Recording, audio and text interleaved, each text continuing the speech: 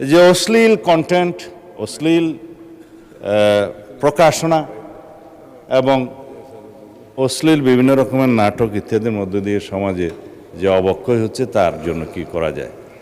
এই জন্য মাননীয় স্পিকার, বিশেষত আমাদের সমাজে বর্তমানে যে সোশ্যাল মিডিয়া, সামাজিক যোগাযোগ মাধ্যমে যে সমস্ত প্রচারণা হচ্ছে, এইটার ভলিউমটা সবচেয়ে বেশি, বরং প্রিন্টেড ভলিউমটা ইদানিং কম।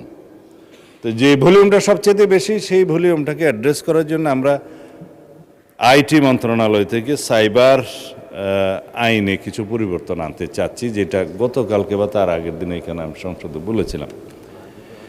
সেই আইনটা আমরা এইভাবে আনবো যাতে আমাদের সামাজিক নিরাপত্তা থাকে, সোশ্যাল হারমোনি বজায় থাকে, রিলিজিয়াস হারমোনি বজায় থাকে, সমাজের মধ্যে ব্যালেন্স থাকে, ভারসাম্যহীনতা যাতে নষ্ট না হয়, আমাদের যুব সমাজকে আমরা যাতে সঠিকভাবে পরিচালিত করতে পারি এবং ভবিষ্যৎ প্রজন্মকে যাতে আমরা রক্ষা করতে পারি, নীতি নৈতিকতা এবং আদর্শ ধর্মীয় মূল্যবোধে তারা পরিচালিত হতে পারে। সেই জন্য আইনি সুরক্ষা হচ্ছে সেটা, কিন্তু আমাদের সবাইকে সমাজে ভূমিকা রাখতে হবে এবং আমাদের সেই দায়বদ্ধতা, সেই সামাজিক দায়বদ্ধতা এবং নৈতিকতার দায়বদ্ধতা আমাদের পালন করতে হবে। এভাবেই সম্ভব মাননীয় স্পিকার সবকিছু প্রতিরোধ করা। ধন্যবাদ।